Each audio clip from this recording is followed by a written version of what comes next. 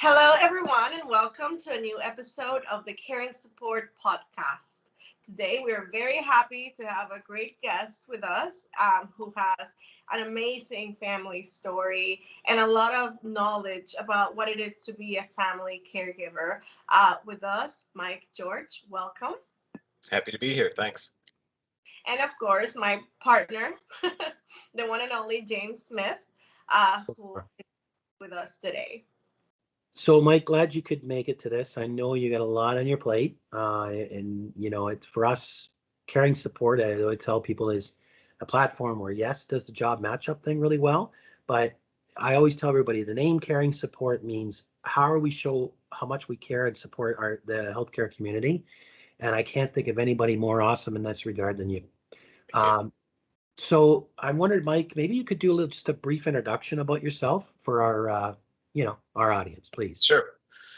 So I guess I'd start with this company that we started 7 years ago called Soaring Families, and my wife and I, co-founded it really to help family caregivers deal with the complexity of a health issue or disability. Uh, we have three adult children. One of them is Ben. He will turn 30 this year, and he was born with complex care needs from day one. And we've been in the family caregiver role, although I don't refer to myself as a family caregiver. I'm his dad, but nevertheless, we do all the things that a caregiver would do, and we've been doing that for the last 3 decades. And one of the things we wanted to help other families with, not just if you have an adult child or a young child, but if you have an aging parent, and really to help people figure out how do you make home care work? How do you make that so that it's an amazing experience for everybody? And that's really what we've done over the last few years, is taking all the lessons and all the things that Ben has taught us and all the things that work for us to have developed a team approach. And we want to share that with as many people as we can. Yeah, that's really great. You know what I love about this too, Mike, is I mean, you're a great human being, and I think that I always tell people that, through all the challenges that we have in life and the things that we've done and everything, it's like, how do I've learned a lot, right? Like everyone learns from these lessons and then they apply them in their lives. And I say, well, the next natural extension is to think, well, by the lessons I've learned, how do I use them to help other people? And you have so doing that, which is amazing. It really is. And so, people often might read a book and think they're an expert, or they might, you know what I mean, do a few things, and then they're speaking as a position of authority. Well, you've lived this, and 3 decades, man. That's a long time, isn't it? Yeah. But like I said with the video before, when we were talking before the podcast, that video really resonated with me. It touched my heart. It was so beautiful, and I thought that's what family's about. That's what love and care is about. And so, got some questions for you. Sure. So, what's the biggest lesson you've learned in your journey with Ben, and that you would like to share? I would say the biggest thing is that none of us can do this alone, nor should we. Right. There's obviously, and if you have a child like we did, you have this innate obligation that, well, they're my child. It's up to me to figure this out and to do the right things, which is true. But the extra levels of complexity and care that are required, you can only do it on your own for so long. And what we found is that there's strength in teams and having a sort of an interdependence with others. Other people have different ideas and different ways of doing things, and you actually produce a far better result, and everybody is better off in the process. So I would say that it's not, don't think you have to go through this alone forever, and you probably shouldn't do that. Yeah, you got to think what it would do to you as a person. Yeah. Yeah. Well, one of the things just on that is, we did everything on our own. It was up to us. We did the advocating. We, tried to make everything work. all the time. And what I didn't realize is that it was taking a physical toll on me. Um, and by the time I figured it out, it was a doctor telling me that I had cancer, and all the stress and the weight of the world that I put on me was actually, to make Ben's life better was actually, killing me. And it was a ridiculous wake up call, something that I wouldn't want anyone else to go through. And it was kind of at that point where you realize that you cannot do it all on your own, and um, you really should find a way to to bring in the support and figure out a way through it. Yeah. Wow. That's amazing. Are you doing okay now, Mike? Oh yes, I guess it'll be 15 years this year since my diagnosis. So yeah, Wow. I don't think about it much anymore, although it is there still a little bit. Yeah. Well, I lost a brother to cancer, um, and I'm sure a lot of it with his life was stress. And Yeah, yeah, yeah, we're only beginning to understand some of these things. So, good on you that we always look back at it in hindsight and say, geez, I wish I did this earlier. Or I asked for help earlier. I asked to, because I think a lot of times with healthcare, that happens is we have to be our own advocate. We have to constantly fight for one, otherwise things might fall between the cracks. And these are things we have to improve in healthcare. absolutely. Um, yeah, but the fact that you did this because first of all, you love your son, of course. But so with that, I know that you started creating these programs to help people. And so it kind of leads to my next question, which is, what are the main tools that caregivers need to have when it comes to, the care of a loved one? So I guess it would start with um, figuring out what the what's the best home care situation for you? What does that look like? And then start to build around that. And really, to make home care work for anybody, it comes down to first finding the right person. And when I mean the right person, I mean outside caregiving help to bring somebody in. Um, and for that might mean only, an hour or two a day. It might mean round the clock care, right? It all really depends on your needs. And that's kind of the first, as I say, first thing you want to figure out, how do you make this work so that you can have a life, you're not, driving yourself into the ground as the family caregiver or the primary one. Um, so finding the right person is key. And I know that, with what you guys do, sort of doing that matching is really, really important. um, and it can go a long way than sort of a manual search of people. The second thing around that people need is to know that um, their home needs to be organized. It needs to be set up in such a way so that the care flows easily. And the different dynamic that we've learned is that the caregiver coming into your home becomes their workplace. So that's a unique situation, and how you make that work for everybody is important. So getting yourself set up and organized and, determining how we do things around here will make your life and your caregiver's life so much easier, and obviously your loved ones. And then the third part of it really, and this is kind of what we focus on in a lot of our coaching, is developing a respectful relationship with everybody.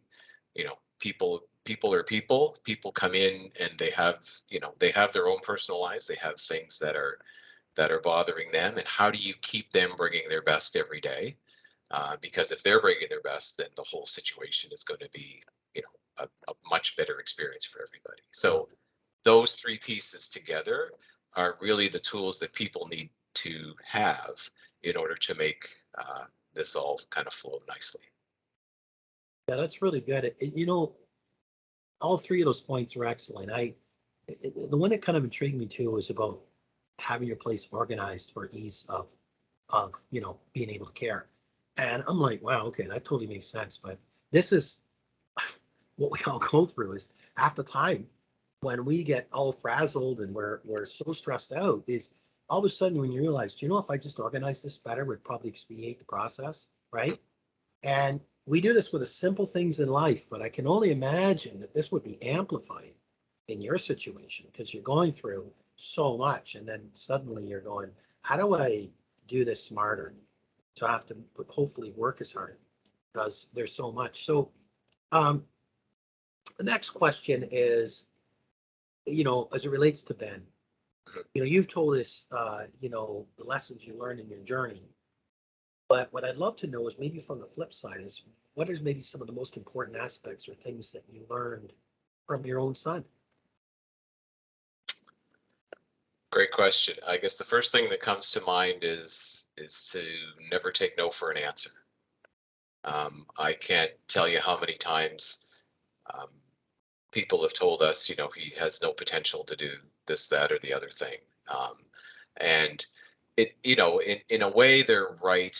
But what it comes down to really is, if you provide people enough support and the right supports, they can accomplish pretty much anything. And so that was kind of the first part, is that um, even when someone said, no, he can't do that, he'll never go to school, he'll never do this, that, or the other thing, we don't believe anybody anymore. It's just, okay, well, how do we make it work if that's important? And it's, obviously Ben's not going to be a brain surgeon, but so what? There's lots of other things that you could do, right? And I guess the second thing is that everybody has hopes and dreams, and never to diminish those, this, regardless of whether they can express them in a way that you can understand. Um, that's something that we've always, I guess, in early days, we just assumed Ben should follow the normative pathways of life like his siblings would. And so we assumed that as a 5-year-old, a 10-year-old, and a 15-year-old, he would have the same hopes and dreams as everybody else in that age bracket. So trying to see beyond the physical, and maybe the lack of ability to communicate, was something that he has taught us, that we live. That's how we live our lives every day. Wow, that was beautifully said, by the way. I can tell you, when I watched the video and you were talking about this kind of thing, and then all of a sudden, the right people come into your life and they bring the right technology tools and they think stuff. He could articulate himself. He could be engaged with things that, and you're learning all the time about, wow, and then when he graduated, like I was crying, and I was like, I'd be the proudest parent in the world right now. Um, and you knew that you helped him get there, but the fact that he did that, Yeah. when so many might have thought, oh, this is what's going to happen, or this is what you'll get out of this, which is a shame that people would even talk this way. But a lot of times that's what happened, because that's how the system, if we can use that term, has kind of treated many people that weren't just so, let's say, easy to deal with. And so, I think it's amazing. And just the very fact that he was able to accomplish all these things is truly incredible. It really is. Yeah. I mean, as I said, it was us coming to the realization that if we gave him the right support, and really a, a therapist of his said this to us years ago, that if we know how to teach Ben, he knows how to learn. So Yeah, it's on us to figure that out. It's not, if he's not learning, it's not because he can't. So if you have that mindset and paradigm, it changes everything on how you behave. yeah, And it takes a lot of people. It takes an inclusive community. It takes many things in place to make it happen, but it happens, and it can yeah. happen. That's awesome. It really is. So to switch up a little bit, and because of all the stuff you're doing, and I know that this is probably hard to encapsulate in something simple, because you created a whole program to help people with finding the right caregivers and how to do all of this. So I'm trying to think that maybe you somehow could sort of concisely state, as to when asked, like, when you're looking to hire a caregiver, what are the key aspects, the salient points that need to be taken into consideration from your point of view? Well, I guess one of the things is, what is it that you want this person to do? Right. First and foremost, like, what's the purpose of bringing this person into your home? Um, and it's as simple as, are they daily care activities? Are they companionship? Are they medical needs? Have that clear. And it may be all of the above. It may be just part of that. So, understanding the why of what this person will do, and then understanding um, how good of a, what type of person, if I can use that, what sort of attributes, what characteristics do they have, um, what will fit within your life and your home. Um, I often say that just because Sally's an RN doesn't mean Sally's going to fit into my home. She might be completely technically competent and excellent at doing a bunch of things, but there's that culture fit that doesn't happen. Right. And so those are the two things that I would say in order for you to find the right person, it's all about sort of the technical skills and the character and the fit that way. Yeah, very good. It's interesting because I know with everything you've created, it really helps people understand how to do these things properly. And so I hope I wasn't asking too much for you to come up with. How do I No, say this no, like in a yeah. like manner? Uh, so speaking of which, so tell us about Soaring Families in the sense of, you know, I get that you've lived this 3 decades of being a true caregiver. You get it. But what made you, was it because of the problems you encountered? But what was it that made Soaring Families come to exist? So it would have started a number of years ago, I guess, when we're, as a young parent with finding that your child isn't going to be okay and all these problems, you just want someone to tell you that it will be okay. You want all the answers to your questions, which don't. There's sometimes there aren't answers, and so it started out before that. If we could, the first things we longed for was interaction with other parents in similar situations to learn from them, maybe who were farther down the path. And we in the 90s when Ben was born, you didn't have Facebook, you didn't have high-speed internet, if you can even imagine that, and you had to call people or you had to write letters, and so the the instant feedback and conversations weren't there. But nevertheless, once you did have them, you learned so much from them. And I remember when Ben was when when he was just a little over a year old, we took a trip to Sick Kids in Toronto because we thought that, well, that was, they would have seen thousands of Bens or in the world, and they could help us. And in some ways they did, but what we got most out of it was the other parents we interacted with there, and that sort of started longer friendships. And so that went from, if we had had sort of a story of here's what you're going to go through, here are some of the things, than the day that Ben was born, that would have been hugely valuable. So the first, I guess, iteration of Soaring Families was, I decided I was going to write a book, and I did. And it took me a long time to put it together and to self-publish it, but it's basically a, a chronology and a story of what it was like to live through Ben's first 5 years of life and some of the ups and downs and all the things you go through. And so it sort of started from there, that we wanted to really help others because we knew if we had that, that would have helped us a lot. And then it has since evolved to, um, you know, what's probably the most impact we could have with people. And as I said earlier, it's really understanding you can't do it on your own. And the biggest change and the biggest positive impact you can have is figure out, how do you build a team around you? How do you hire a caregiver? And that's where Soaring Families focus is now, is really showing people how to do that so that it works for everybody. Yeah, that's amazing. And it's funny, just a quick little note on, like I noticed with your demeanor, you're so calm and patient, and I think that's awesome. I tell people that's so important to be like that. And I like to believe that I have a level of patience because the things that happened in my life really forced me to understand what that really meant.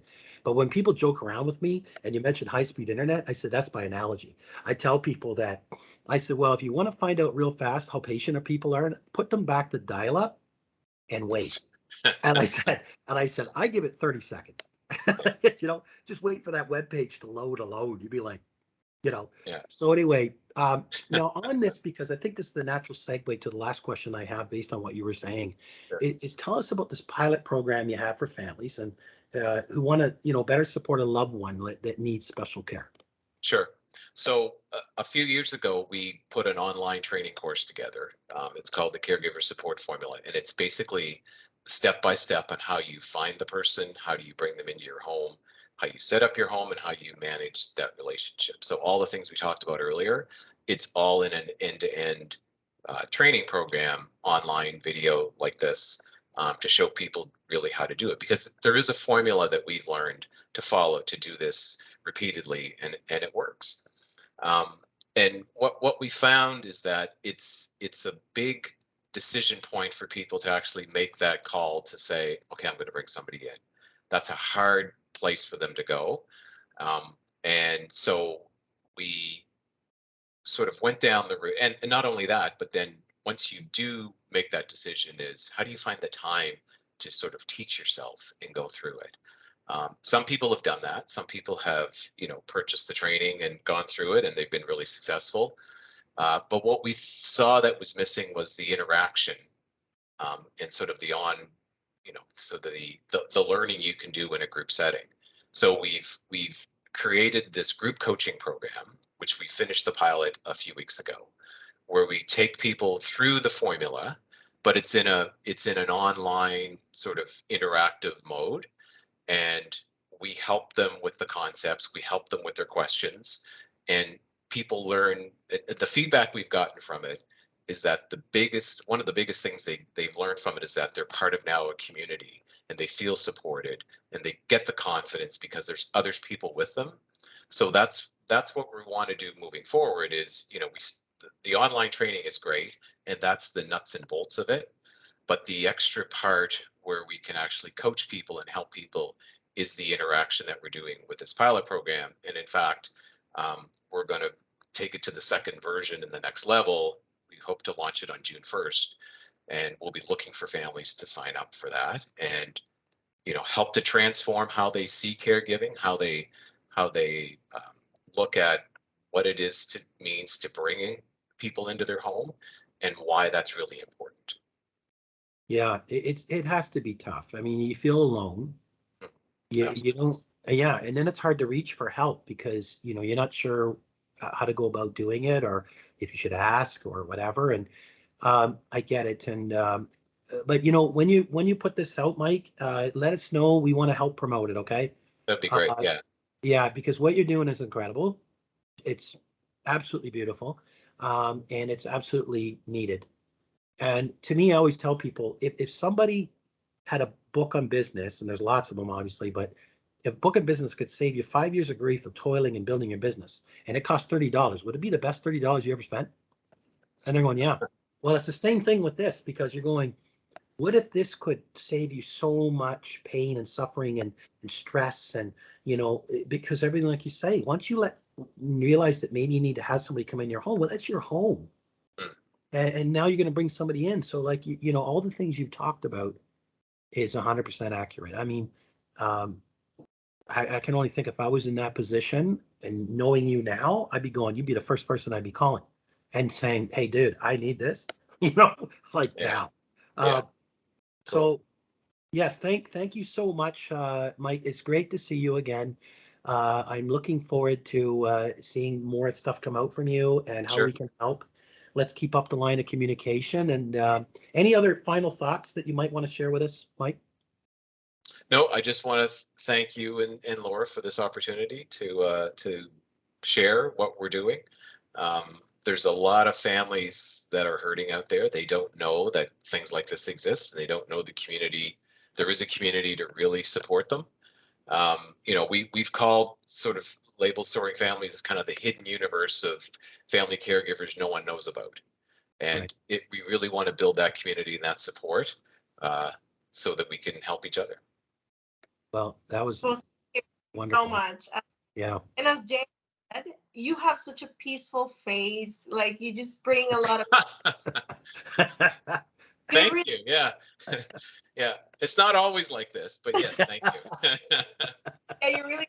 I agree with everything you said because I just it took me back to my childhood when I grew up with my grandma with us. Well, Latin families are multi-generational most times, and our house was set up for her wheelchair, everything. our living room didn't even have a coffee table because she would go, roll her wheelchair to the window. And that was normal for me. I grew up seeing that. And now you put it into such coherent words. And I thought, wow, so this is what we were doing. And I never realized. Yeah. Yeah. That's such a wonderful thing. So thank you so much for speaking to us, for your knowledge. And I'm pretty sure the care and support community would love to hear you. And hopefully you can come back for another episode. Sure, that would be great. I really appreciate it. Well, Thank thank you, you. Mike. Thank you.